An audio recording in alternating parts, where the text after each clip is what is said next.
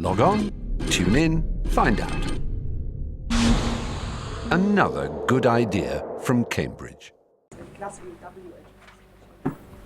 Thank you very much, and I thank the organizers for inviting me to speak at this wonderful conference. And I think it was a wonderful idea of the organizers to put two workshops for two different programs together. So the only problem with that, sometimes you really had a hard choice which talk to attend. So in fact, it was up to now it was a wonderful week with lots of opportunities to learn from different people, from within programs or between programs. And I was surprised myself to learn that actually my talk is going to be a continuation of the talk of given by Evgeny Mukhin on Wednesday. So if you remember, Evgeny produced a beautiful picture of a triangle of three commutative algebras isomorphic to each other. That's algebra of higher Hamiltonians for Gaden model, Cherednik algebra, and regular functions of on the Algebraic space. So I'm going to put one extra vertex in that picture and to explain how that vertex is connected to one of three vertices. So you can draw just one edge for the moment, and it would be very interesting to draw the remaining two edges as well. And incidentally, this extra vertex is drawn with the use of the vertex algebras. So that algebra, that fourth algebra, which I'm going to speak about, turns out to be the center of a vertex algebra.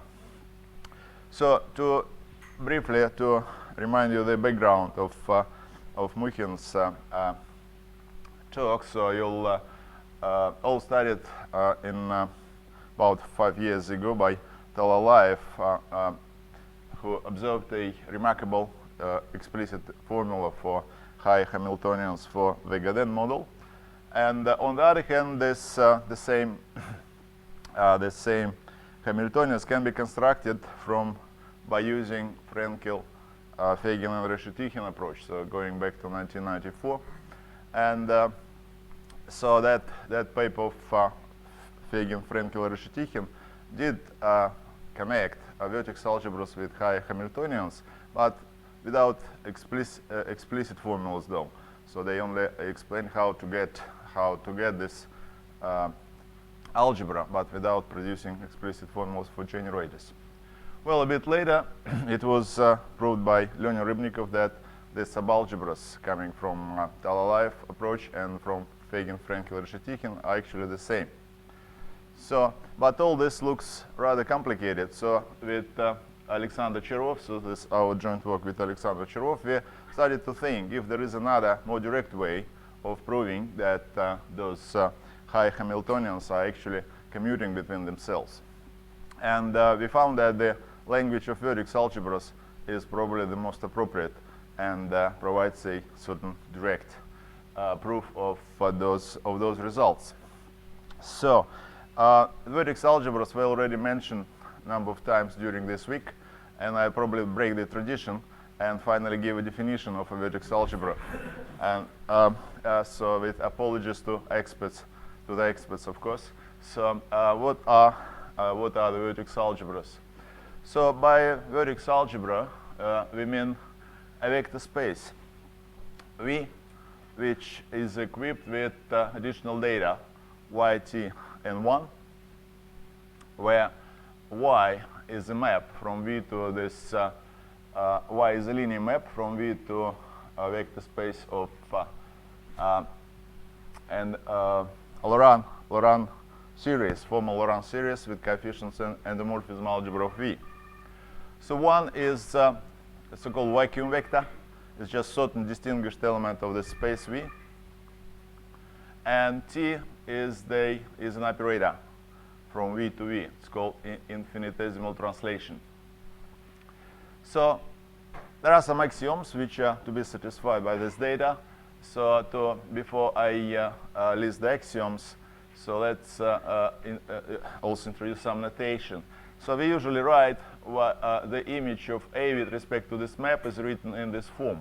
That's the notation for the coefficients an, which are called the Fourier coefficients of A. So notice here the difference between the powers and the indices of the Fourier coefficients. Well, the first thing that each formal series must be filled. So by fields we mean such elements A for which so that for any B, an kill B for all sufficiently big values of n. So for every element, corresponding image must be a field. That's the first thing to remember. Well, and now these are the axioms. So the first is called the translation covariance. If you take commutator on the left-hand side, this commutator is taken basically in the algebra of endomorphisms. So T is endomorphism, and all coefficients are endomorphisms. So when we take these commutators at each power of z, and on the right-hand side we have just formal derivative over z of this Laurent series. Now, second set of axioms are called vacuum axioms. So if we apply that operator T to the vacuum vector, you got 0. And if we apply, for any A, if we apply that series to vacuum vector, you always have a power series. There will be no negative powers of z, and therefore you may evaluate that series at z equals 0. So you must get exactly A you started with. And if you apply it to the vacuum vector itself, you got just the identity operator. All right, and the third axiom, it's called locality axiom. So you'll have this relation. For any two elements A and B, you should have this property, z minus w to the n multiplied by the commutator of two such formal series yaz, ybz, you should get 0. So that's probably the most substantial axiom. It would require quite amount of time to explain what it actually means. I will avoid it by saying that the examples which I'll consider, they happen to be vertex algebras, and that's an exercise to check that actually this axiom holds. Well, one more thing. So that's all axioms. So just a couple of remarks here. So in fact, sometimes some people define vertex algebra without specifying T, because T is completely determined by the state field correspondence. So TA is actually application of -2 Fourier coefficients to the identity. And you can define T using this formula and then impose those axioms. So that's just an alternative approach. And one more thing, that using the axioms, we can also deduce this property. So if we apply T to the element A, then the image results just taking the derivative over Z. So it's rather non-trivial consequence of the axioms, but it's a very useful one. So informally speaking, it means that the state field correspondence take T to the d over dz. That's how you should remember that. And regarding the references, certainly there are books where you can read all these axioms and see how to play with them. And that's a book by Victor Katz, or a book by Frankel Ben-Zvi, and also paper by Katz and De Sol, where they gave 5 equivalent definitions of a vertex algebra. Right, now first simple example. Let's take just a commutative associative algebra with 1, the unital commutative associative algebra, and just choose any derivation T on this algebra. So then we happens to be a vertex algebra, where the vacuum vector is the unit, the 1, and the T is going to be the infinitesimal translation, and Y is just the operator of multiplication by this expression, e to the zt over A. So in particular, you can take T to be the 0 operator. So in that case, this just will be exactly multiplication by A. So therefore, in that case, the vertex algebra is nothing else than just commutative associative algebra. And that's how it's called. So generally, you might think of, so regarding yesterday's talk by the Sol, so this similar to what he spoke, but this is kind of Z product. So you might think you have infinitely many products on a vector space rather than just one product. Okay, now returning to the general setup, we'll one more definition. We just take the span of all Fourier coefficients. Take Fourier coefficients for all vertex operators. So then this vector space happens to be a Lie algebra. It's closed with respect to taking commutators. So it's Lie subalgebra and V. And in fact, the commutator of two Fourier coefficients can be explicitly calculated by using this Bouchard's identity. So on the left-hand side, you have two Fourier coefficients. On the right-hand side, the formula looks like this. So an applied to B is again an element of V. And then you take this Fourier coefficient of that element. So notice that, in fact, M and K can be negative. So this is binomial coefficient, but that binomial coefficients can always be non-zero. But the right-hand side still makes sense, because remember that A is a field. So for sufficiently big n, you'll have 0 on the right-hand side. So the right-hand side is really a finite sum. So this is well-defined commutator. Okay, and just one important observation coming from this identity. So see, if it happens that A and B equals 0 for all A and all non-negative n, then the right-hand side happens to be 0. So if B has this property that it holds for all other A, that all coefficients Bk will commute with all other coefficients. So those Fourier coefficients will belong to the center of that Lie algebra. So this prompts the following definition of the center of a vertex algebra. What is the center of a vertex algebra? By definition, this is vector subspace. That's vector subspace of V, which consists of those elements B which killed by all non-negative Fourier coefficients. So that's the definition. So by definition, this is a vector subspace. And now using the axioms of vertex algebra, we can see some properties of the center. First of all, it's T invariant. Apply T to any element of the center, you again get an element of the center. Moreover, it's a more interesting result that it's automatically equipped with a multiplication. So the center of any vertex algebra is automatically commutative and associative algebra. And here is how you define the product there. So A times B, you'll need to take minus 1 Fourier coefficient of A. This is an operator, apply it to B. And this defines the product in the center. So the center becomes a commutative associative algebra with identity. So the vacuum vector happens to be a unit, and T is a derivation on the center. So if, so recalling the previous example, we can say that the center is a vertex algebra by itself. So it's with inherited state field, inherited data. Okay. So now I'll pass to the main example I'm going to consider. So I'll take the affine Kac-Moody algebra associated with GLN.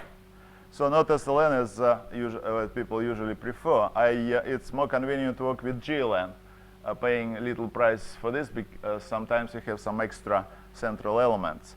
But we really prefer to consider SLN as a quotient of GLN rather than a subalgebra. So the defining relations are given by these familiar formulas. So that term may look a bit strange. That's only because we're working with GLN but not SLN. So this term corresponds to the bilinear form which we choose. So K is the central element, and the notation here is this. So Eij to the R, I probably forgot to write this. This is Eij times T to the R. So it's convenient to put in the brackets rather than keeping T to the R all the time. So in particular, all those sums automatically are in the center of this Lie algebra. Okay, so now if we fix any complex number K, we can consider the induced module, which is called vacuum vacuum representation. So it's now I'll define it. And by definition, you may think of as an induced module or just the quotient of the universal enveloping algebra by the left ideal generated by gln of t and k minus k, kappa. So the kappa is that fixed number here. So then we would like to consider this quotient as a gln module, and it is called the vacuum representation of level k, which already occurred several times during this week. Now, the main, by the Poincaré-Berg.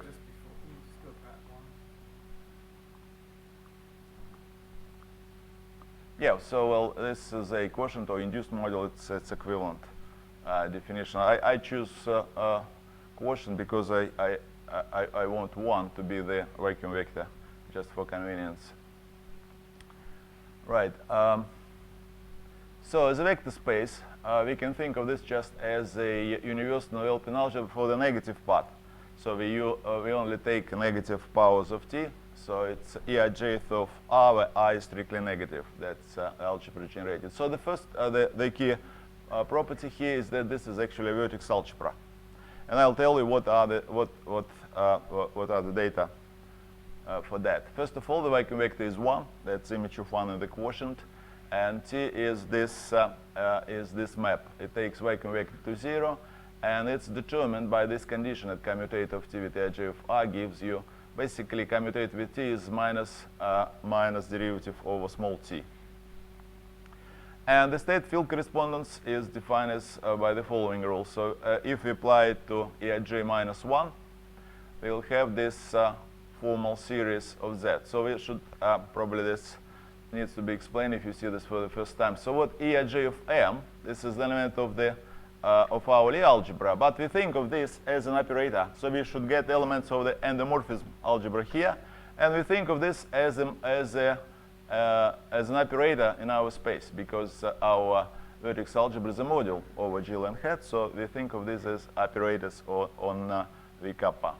So and we denote this by Eij of z just as this is standard notation for such a series. So then if we want to calculate images of other elements, so we use that property of t. So applying t, say, r times, the result will be just applying derivative over z r times. So this is how we get other things. And finally, we need to explain how to define the image of products of certain elements of our space. And for this, we need to use the so-called normal ordering of series, and here is how you define it. Suppose you have 2 formal series in Z and W, so then the normally ordered product is this expression. So you split first series A of Z in 2 parts. So one part only contains non-negative power Z, it's called A plus, and the other part contains only negative powers of Z. So you put all this part with non-negative powers of Z first, and move the part with negative power z to the right, and B of z just remains in the middle. So this is the normally ordered product of two formal Laurent series. No, it's not. Okay, and here is the definition. So if you take any product of any number of elements, then by definition this is normal product of several partial several series like this. The only thing you need to explain how to read that expression, because you have a number of them, and by convention that should be read from right to left. So you'll take the 2 rightmost series, apply normal product to them, then go to the left, apply normal product again, and so going to the left. So this is how you read normal products. In fact, that definition already contains a statement. If you notice, then the number of such expressions is bigger than the basis of our vector space. So by the Poincaré-Berg fifth theorem, we should have taken ordered products, but we take all of them, and the formula is remarkably the same. It doesn't matter in which order you put those elements, and that's actually hidden in the property of normal products. Okay, so that defines all the data, and I give you one example how to deal with such products. So if you have just two elements, then here is the complete expression for such normal product of two series. Therefore, if you take, say, the Fourier coefficients, this will be this formal series. And again, just one word of explanation regarding this series. So what is this? So this is a well-defined operator in our vector space V kappa. However, this, if you look as an element of the, well, this is also a combination of elements of Lie algebra, but this is not an element of the universal Nilpin algebra because we use some series. So therefore, technically, this is an element of certain completion of the universal Nilpin algebra. And this prompts the following definition. So it's what we can embed all Fourier coefficients in such completion. And we come with the notion of local completion. By the local completion of the universal Nilpin algebra, we mean the Lie algebra, which is spanned by all Fourier coefficients, well, in line with the general remark that Fourier coefficients form a Lie algebra. We consider that Lie algebra, and I will not give the precise definition. It's rather clear what you need to do in order to define accurately how you embed this local completion in the completed universal Nilpin algebra. So this is Lie algebra of such series. But I guess you can define the local completion without the use of vertex. It will be a different completion. It's a little smaller. You can define completion in category O, for example, some kind. Yeah. It will be bigger Well, than this. but maybe you can define this too, without notion of vertex. Yes, you can complete vertex algebra if you want to consider formal series with elements in vertex algebra and you want to multiply them. You can do this. But you have some big algebra. That algebra is really much smaller. But still it's embedded in that algebra. So it's really, it only consists of Fourier coefficients of this type. So it's really small. It is not easy to define it. Right, so that's what we mean by the local completion. And now the question which I want to discuss is what is the center of this vertex algebra? So, and in fact, for this particular example, elements of the center are called Siegel-Sugawara vectors. So by definition, a Siegel-Sugawara vector is just any element of the center. So remember, the definition is there's just those elements which are killed by non-negative part of GLN. So these are elements of the center of our vertex algebra. First result is that if kappa, if that number we chose in the beginning is different from -n, then the center is trivial. So, well, if we worked with SLN, this is trivial in the sense that it would be just scalars of the vacuum vector, basically complex numbers. But because we work with GLN, we have some generators which we had already. So that sandwich will be algebra of polynomials in such sums here. So actually n here is the dual Cox number for SLN. So all that definition certainly extends to any simple Lie algebra. You don't have to work with SLN only. So in that case, you will have this value here, which is called the critical value of kappa. And from now on, we consider this case where we happen to have a big center. So first example, if you take this quadratic element here, this happens to be a Siegel-Sugawara vector, which can be checked by direct calculation, and this is a classical Siegel-Sugawara vector. It's classical for the construction which was also mentioned in this conference already. So if you take, if just for the moment we'll go away from the critical level, if you take the Fourier coefficients of this field, so that powers of z, then you have exactly the elements of the Virasoro algebra acting on our space. So this is known as the Sugawara construction. Well, so returning to the critical case, so z of GLN hat will denote the center of this vertex algebra, and as we remarked in the beginning, this is automatically a commutative associative algebra. And one more remarkable thing is that actually the product there, which we define in abstract terms in a vertex algebra setting, turns out to be the same product as the natural product in the universal Newton algebra. So basically we have a subalgebra in this universal Newton algebra there. So is it subalgebra just of GL and T invariance? Sorry, sub. Is it just subalgebra of GL and T invariance? Yes, yep. So therefore, this GLT single vectors, and take product of them, you can again a single vector. That's what it says. It can be checked independently as well if you prefer. Okay, now I'm going to next definition, and for that I need to define consider the highest degree component. So we have a natural filtration in the universal Newton algebra, and as bar will denote its highest degree component with respect to the natural filtration. And What is the natural filtration? well, just filtration by elements of Euler algebra. So you take Euler algebra, and so degrees with respect to so element of Euler algebra have degree 1.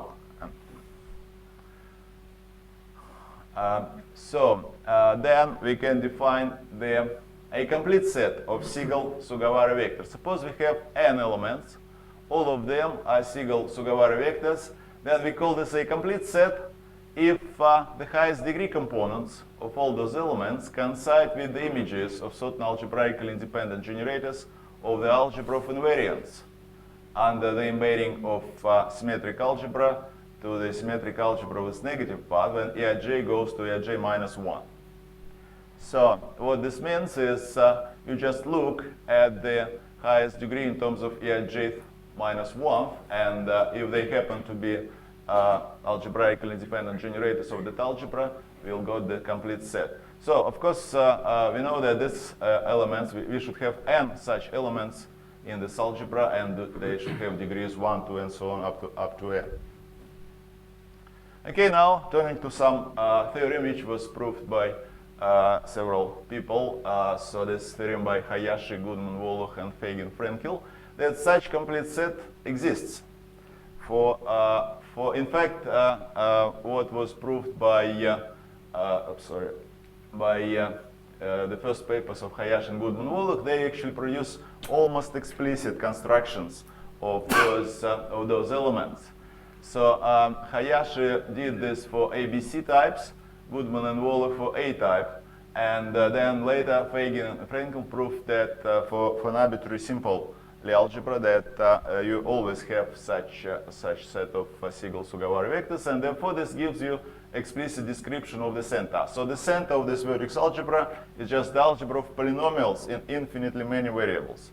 So notice that we can apply this T operator, the infinitable translation, any times we like, because that algebra is T invariant, and so, well, some people call that we actually have S1 and Sn to be generators. If you forget about those T's, you may only specify this complete set of Siegel-Sugawara vectors to describe the center. Okay, so what the problem which we worked with Chervov is to find a more explicit formula for those elements, and this turns out to be related to the elements which was discussed in Muchenstock. What are those elements? So in order to write the formula, let's extend our algebra by adding element tau, and that tau basically is minus d, minus derivative over t. So this commutation relations for this extra element, it commutes with k, and commutate with Eij gives you derivative over t. Excuse me, is this the point where we need GLN? Well, we need GLN to write the formula. No, for the moment, it doesn't matter. No, I mean for the explicit form. For explicit formulas, exactly, yes. Yeah, we can't do this for other types. I was going to say about that, but we can only do for GLN. That's why I'm working with GLN. So notice that T and tau are related by this. So it's a commutator with tau is the same thing as applying T. So T was operator, and I will use this in a moment. So tau is d over dt. Minus d over dt, yep. So that's why I use different letter, not to confuse with d.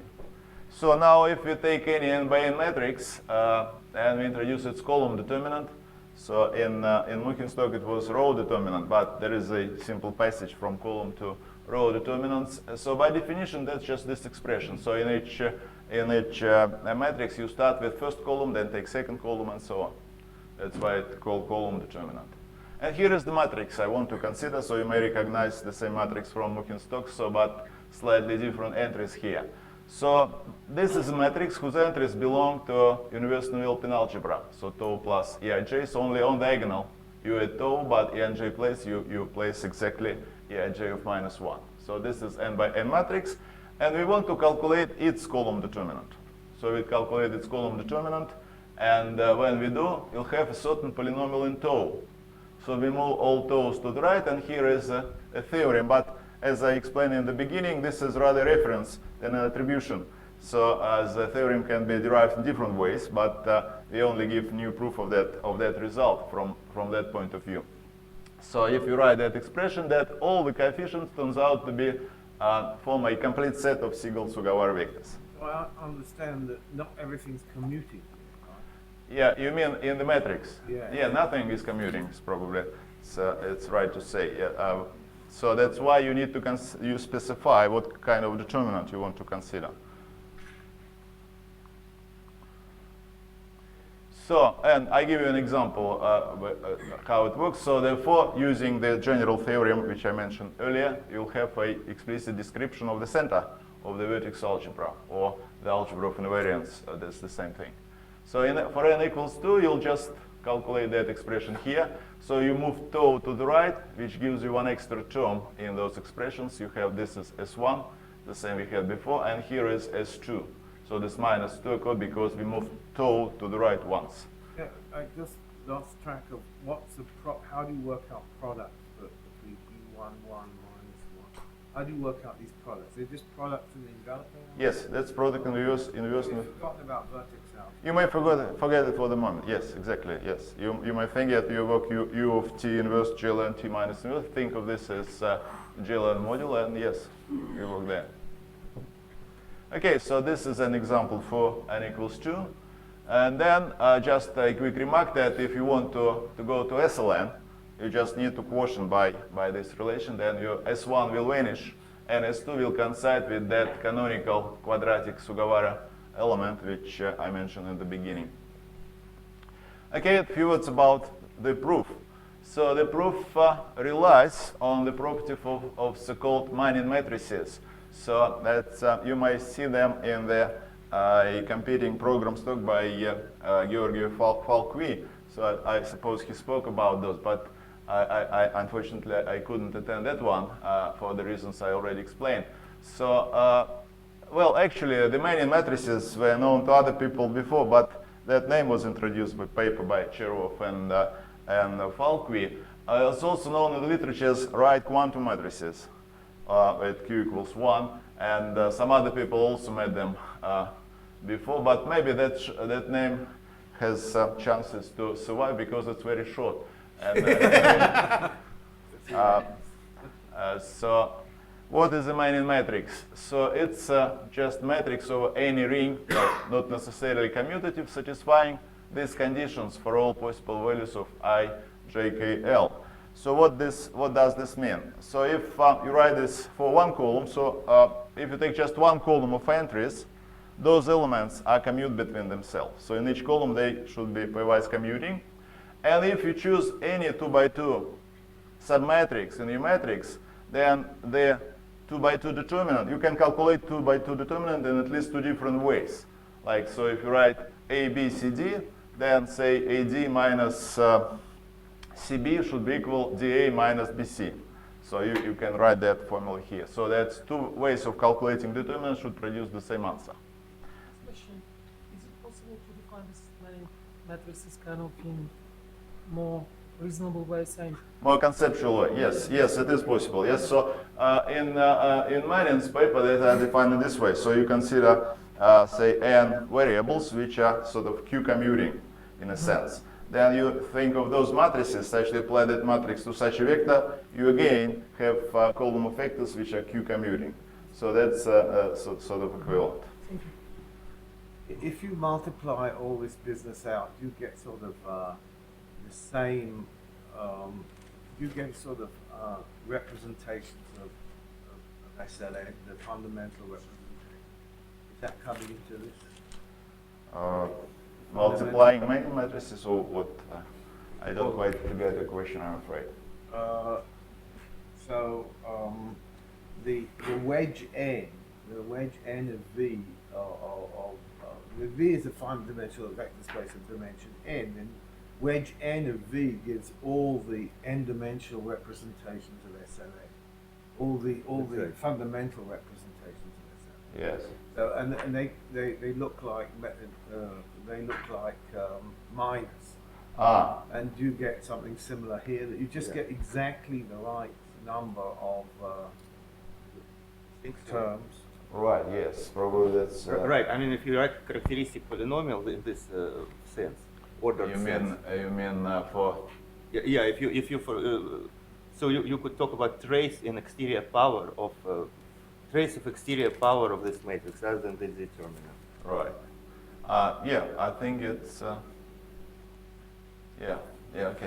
Yeah, I think that should be right. Yes, I should think. But the only problem that these things here are not commutative. So. Well, they're not commutative in the quantum case either.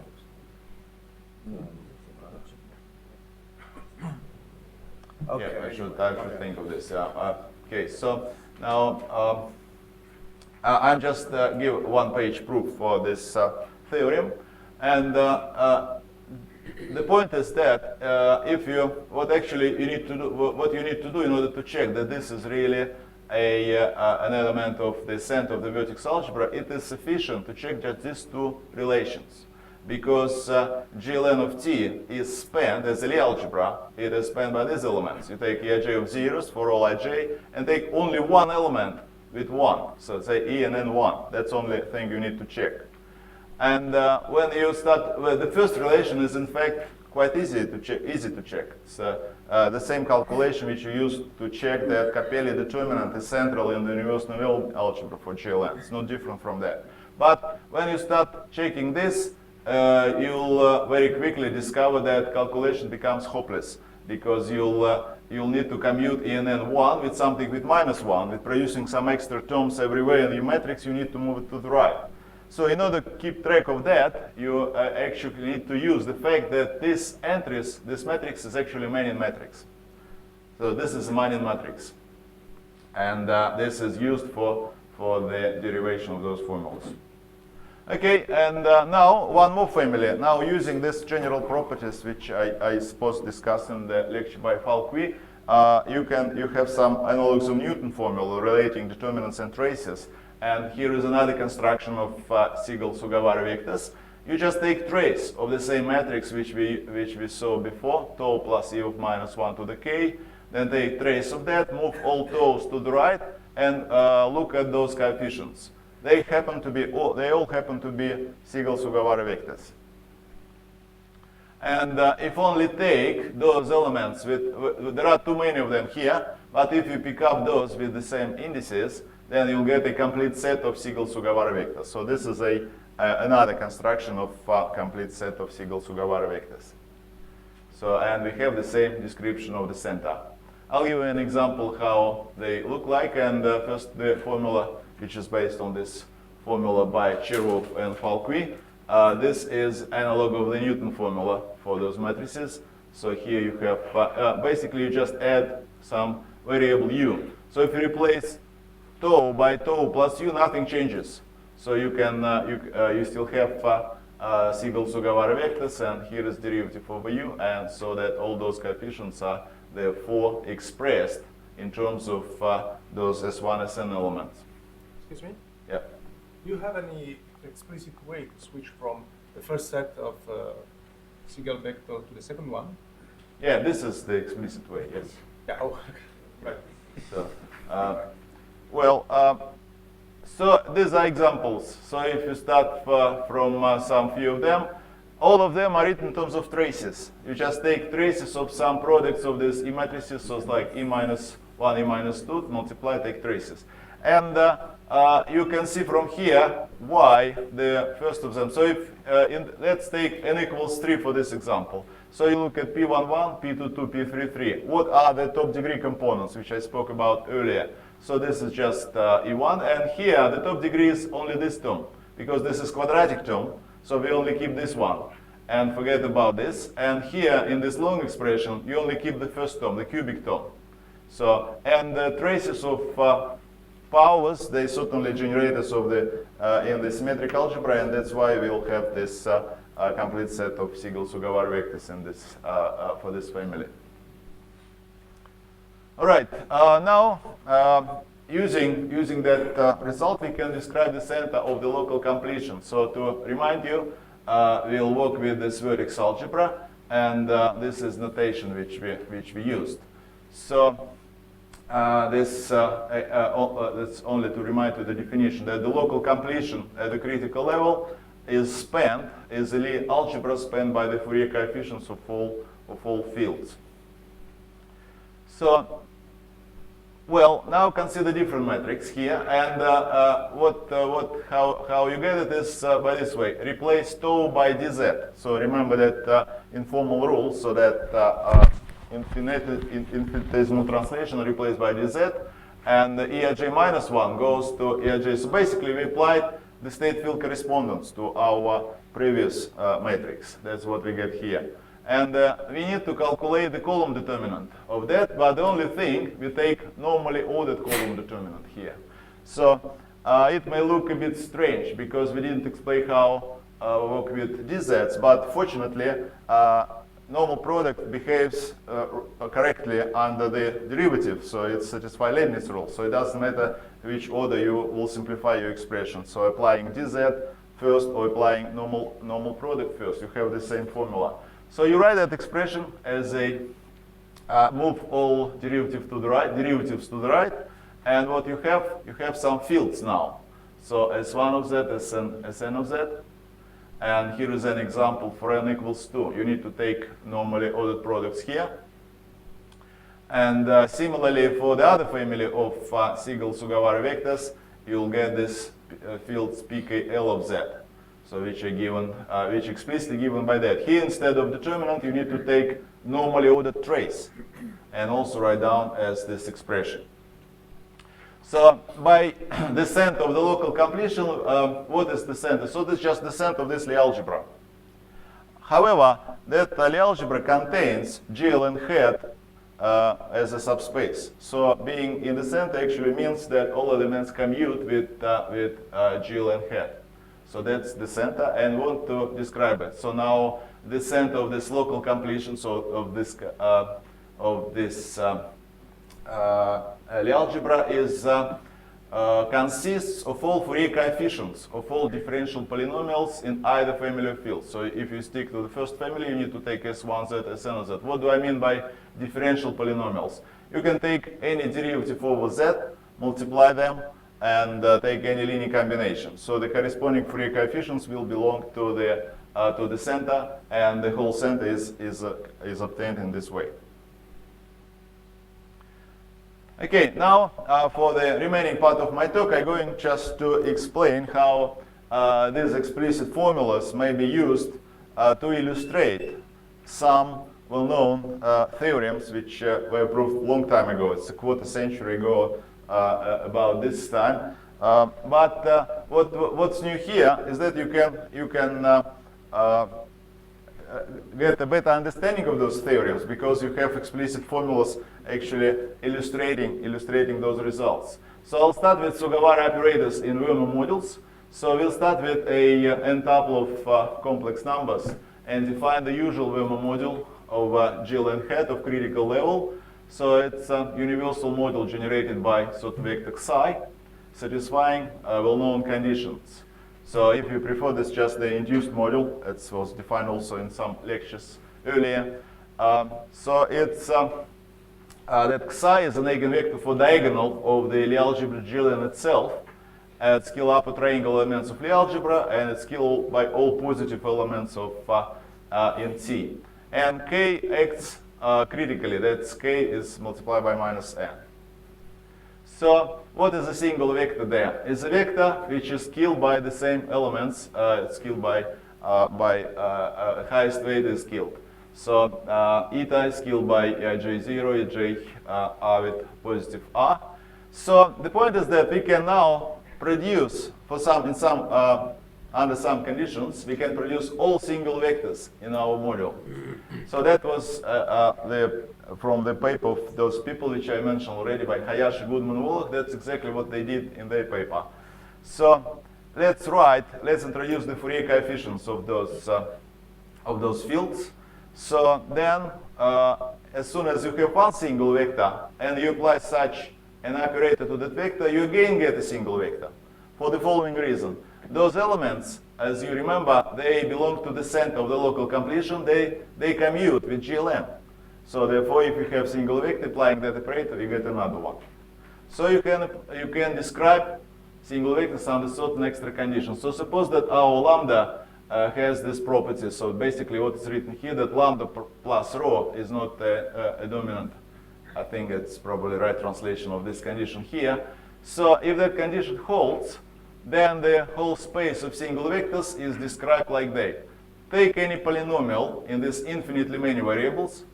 So SL minus 2, SL minus 3, and so on for each L. So these are commuting operators in the space, and every single vector is a polynomial in those variables applied to your highest vector. So that's full description and full explicit description of the set of single vectors. But how does one know one gets all? That's by those results. So there is a description how they should look like.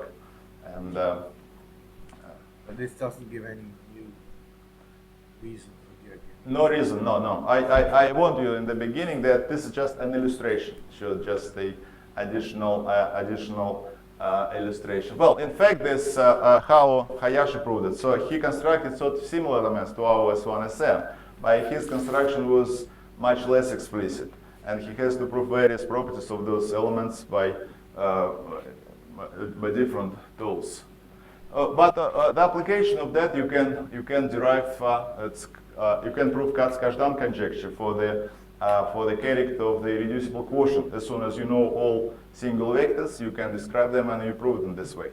So this is how it was proved by Hayashi and Woodman and Wallach in those papers. So here as an example how those operators look like. This is that for n equals 2, just to show you this operator. So I probably need to move further. So now next step is description of commutative subalgebras, and that I get closer to the results of Lie. So we only need to use vacuum axiom here. So if you take the fields which I introduced, let's apply those fields to the vacuum vector of our vertex algebra. And after that, by the vacuum axiom, we only have a power series of z. We only have non-negative powers of z with certain coefficients. And because those elements belong to the center of the local completion, so those coefficients are automatically belong to the center of our vertex algebra. So more explicitly, let's just use this notation which we used before, only keeping the negative powers of z for each of this series. And we can write, you can write the same determinant. So that now we go back to the original work of Lie. He actually wrote expressions like this. And if you write this, now this is usual column determinant. You don't need to use a normal product because this is already kills all negative powers. And here is, and similar thing for the traces of this matrix. So then you'll have a corollary which goes back to Lie. So those elements generate this commutative subalgebra over there. So those coefficients of all powers of z, they pairwise commute, and in fact we give an alternative description of the center of the vertex algebra, just algebra of polynomials on those new elements, new variables. And that's a good place to comment about the history. To be more precise, that goes back to Lie, this first one. Then Cherov and Lie extended that to construct central events in local completion. And then Leonid Rybnikov proved that these two subalgebras, remember that our first description of the center was applied to the single Sugawara vectors. We applied T to the R to all single Sugawara vectors, and we got the center. But now we have different elements, and all also give the same subalgebra. So the fact they coincide, proved by Rybnikov by showing that each of them is actually the centralizer of the classical Sugawara element, and that's why they coincide. And the second subalgebra, which is constructed by those, as I said, it was constructed by that paper, Feigin, Frenkel, and Reshetikhin, however, without producing explicit formulas beyond SL2 case. Now I'll move to the one more illustration of this classical W-algebra, which let's I just go to the, let's I use the Frenkel description of this connection. So you'll consider one more algebra of polynomials, that's commutative algebra now, pi 0, which is itself a commutative vertex algebra with this infinitesimal translation T. So then we'll introduce these operators. I'll not be able to explain the origins of them, and just give a formal definition of what double algebra is in this context. So let's take this complicated operators going from pi 0 to pi 0. These operators in the algebra of polynomials and infinitely many variables, written explicitly as such formal series. What is this? So here, derivative with respect to those variables, and these coefficients are certain polynomials in the same variables. So here you take sum over the negative integers r, and lambda runs over all partitions of R. For each such partition, if say parts of lambda, lambda 1, lambda p, you write that expression here, and z lambda is the parameter of partition, so it's just counting. So m1, m2, mr are the multiplicities in this partition, so there's a certain number here. Well, that's a certain operator. If you look at the first few terms, looks like this. So all these differences look the same, however, the polynomials differ. But the point is that even though this is infinite series, this is still first degree operator. So therefore, if you look at the kernel of such an operator, or intersection of the kernels, this gives you an algebra.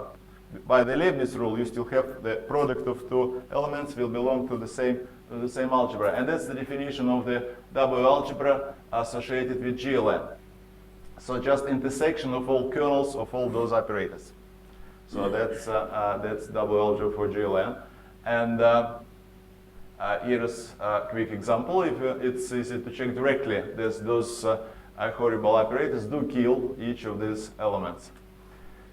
So how do you describe this double algebra? You need to introduce the while algebra A of GLN. So it's slightly unconventional notations, this well-known algebra here. Aij of R will take ij with I less than j and I greater than j. So and with these commutation relations. So then you'll think of the Fock representation of this while algebra generated by a vacuum vector 0, such that for I less than j, ij r kill that for on the negative r, ij I kill it for positive r.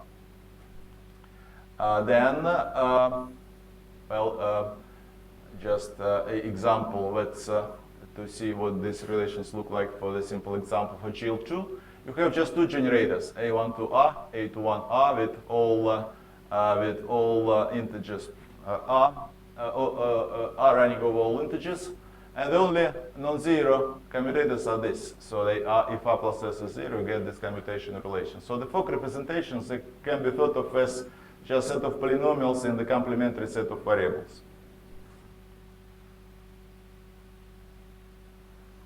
Right, so this Fock space is also a vertex algebra, and in where 0 is a vacuum vector, and this is the state field correspondence explicitly written here. This is explain what you do applying to these basis elements here.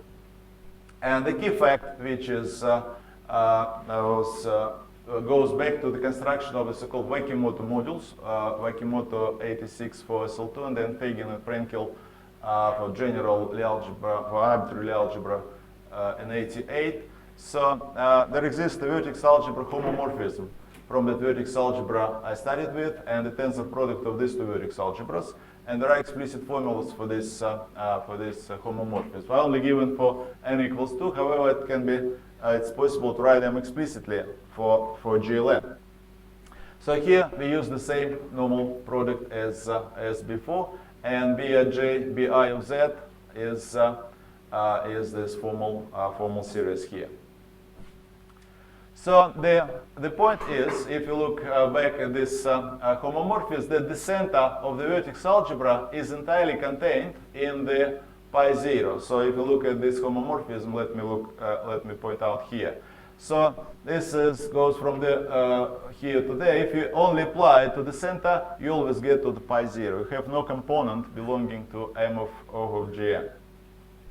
And moreover, the image of this homomorphism is precisely the classical W-algebra.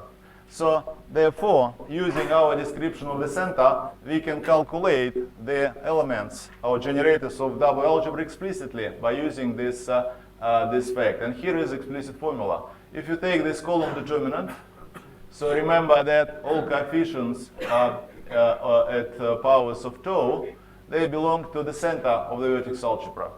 So now using this, in fact, we do rely on this property that image is contained there. So we keep the component belonging to pi 0. So it's a calculation similar to what you use when you calculate image of the Capelli determinant with respect to Harishchandra isomorphism. Very similar calculation tells you that the image of this gives you such an expression. So in order to get the generators of W-algebra, you just need to move tau's to the right. So you write that polynomial, bringing all tau to the right. So B1, B2, Bn will give you the generators of the W-algebra. And so your W-algebra is the algebra of polynomials in infinitely many variables. So we give just a, this is well known, of course. And the nice thing is that this column determinant exactly gives you the elements you would expect. And finally, well, just basically here I still give the images for the other set of generators, which can be written down by using Newton formula. And finally, I'll speak about eigenvalues in the Vakimoto module. So each what are they? So they to write the formulas is you just need to replace. Well, yes. Can I ask a question? Sure. So this classical W-algebra that you define is just a commutative algebra. Yes. Okay, but then because if you change the level, it disappears. Because of this, it gets a Poisson bracket. And Verkegen and Frenkel showed that this is the Gelfand-Dickey bracket for Langland's dual group. Yeah.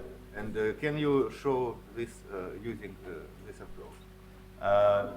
No, I'm an illustrator, so I'm only showing how these generators come from that. Now we'll probably we can do this, but we're only learning the subject, so I should confess. So that's we're surprised to see these nice formulas. That's what we're after. So that thing, of course, we well known, but no one knew that actually it comes from this simple expression. That's my point. Anyway, so now moving to the Vakimoto modules, you'll start with n tuple of series in tau, and then we'll get a GLN hat module structure on M of G. So I'll just only show you formulas for n equals 2 case. This is how the elements of GL2 acts explicitly on this space. So only thing I did here is replace by Bi's by Chi's. And finally, we can calculate the eigenvalues of the central elements in acting in the Vakimoto modules. So we know that every element of the center of the local completion acts by multiplication by a scalar. And here is again a complete explicit calculation of that scalar. So remember that coefficients of this normally ordered column determinant give you elements of the set of the completion. When you apply it in the Wakimoto module, you have explicit formula for the image. So, and similarly for the traces, you got similar expression. That's on the left-hand side, just formal series in T. If you pick up coefficients in T, you got explicit formulas for them. I'll give you a final example. If n equals 3, these are formulas how our elements S1, S2, and 3 act explicitly, and these are the coefficients which you can get. So if you look at the paper by, earlier papers, that for SL2 case, which I didn't give, it's the same as formula for Fagin, Fricken, and Reshetikhin, but in fact you can write now for formulas for every n here in case of GLI. That's is this called the Miura transformation? Miura transformation goes here. So if where was that? Sorry, I lost it. So probably. Yeah. Well, basically, yeah. That refers to this. So if you write, maybe you were right. So when you move all the differentials to the right, and this relationship between these coefficients and those coefficients is called the Miura transform. If you write it just for two factors, then it's the classical Miura transform. Yeah, but this is what you had in the last slide.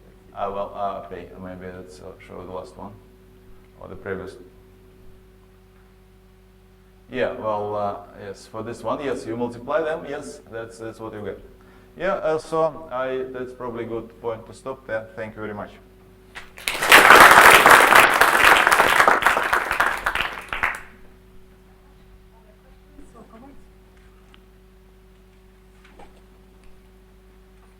So can you do anything for other classical groups?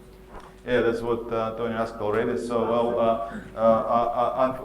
we did try.